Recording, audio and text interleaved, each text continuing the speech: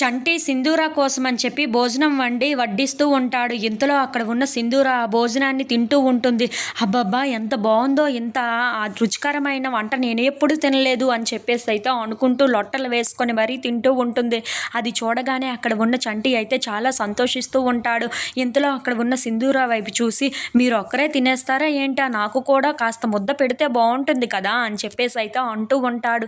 ఆ మాటలు వినగానే అక్కడ ఉన్న సింధూర, అయ్యయ్యో! నా మతిమండ, ఎలా మర్చిపోయానో చూడు, రండి రండి మీరు కూడా తిందురు గాని అని చెప్పేసి అయితే చంటి సింధూరాకు ముద్ద కలిపి మరీ పెడుతూ ఉంటుంది. అది చూడగానే అక్కడ ఉన్న చంటి అయితే చాలా సంతోషిస్తూ ఉంటాడు.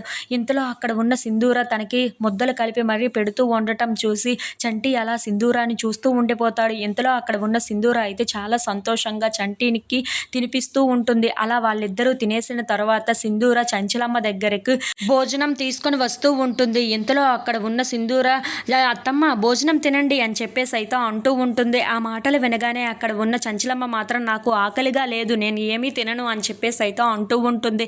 ఇంతలో అక్కడ ఉన్న సింధూర మాత్రం, ఇదేమనుకుంటున్నారు, రాగి ముద్ద నాటుకోడి పులుసు చాలా బాగుంది, రుచికరంగా ఉంది అని చెప్పేసి అయితే అంటూ ఉంటుంది. ఆ మాటలు వినగానే అక్కడ ఉన్న చంచలమ్మ మాత్రం, ఏదైతే ఈయనేమి ఆకలిగా లేనప్పుడు అని చెప్పేసి అయితే అంటూ ఉంటుంది.